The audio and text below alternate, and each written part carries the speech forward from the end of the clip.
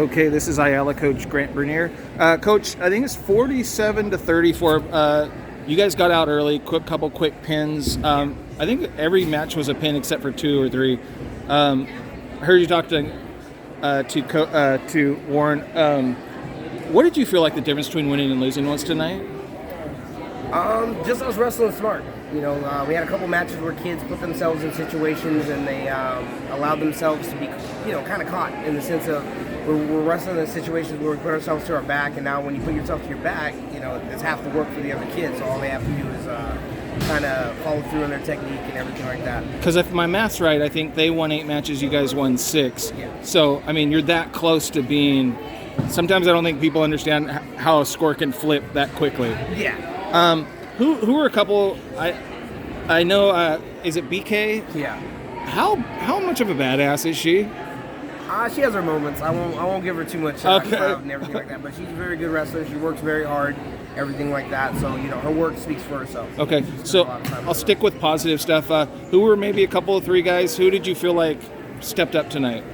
Our 106-pounder, Jay Sham. He stepped up big time. He wrestled their experienced wrestler. He came out, a little bit undersized, but he's getting the hang of wrestling the bigger kids, stuff like that. As you mentioned, BK wrestled really well. I would have to also give it up to our captain at 32s. Dean came out there. He tried to relight that fire when we lost some matches at 20 and 26s.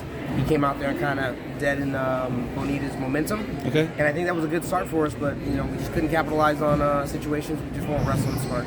So I know Tommy 2K came out quick. Yeah. Led the whole way, but kind of petered out at the end. Still got a significant win, but how experienced is he in wrestling? He's pretty experienced in it, in the sense of he's been wrestling since he's a freshman. He's Oh, a okay. senior now. Okay. Everything like that. But he didn't wrestle for us last year, so Okay. I think a little bit of the that mindset of, hey, I do have more in my tank. I can keep pushing. Yeah. It's one of those things that you have to learn from just constantly wrestling and understand. Just because you feel tired doesn't mean you're tired. Well, not only that, but I listened to people during that match, and they assumed just because he's shredded and the other guy wasn't, Yeah.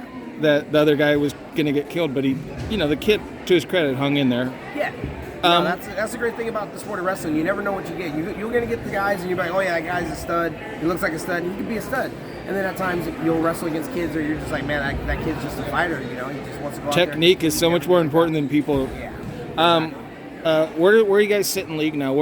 How you? We're 1-1. Okay. We beat Colony. Okay. We lost to Bonita. So you get what, Glendora? We have Altaloma next, and then Okay. after that we have Claremont, and then Colony. I'm sorry, Glendora. So I know I'm asking you to go 3 or 4, or however many weeks forward. How many? I won't even ask you names. How many kids could place at CIF, if just off the top of your head? If we show up and stuff like that, I have a very strong feeling that we can at least get 3 or 4 through. Okay. And everything like that. I'm really positive in the 3 and 4 kids that we have. We just got to wrestle smart. Okay. We got to clean some things up in the room and just understand just because we're down doesn't mean that we need to push to win.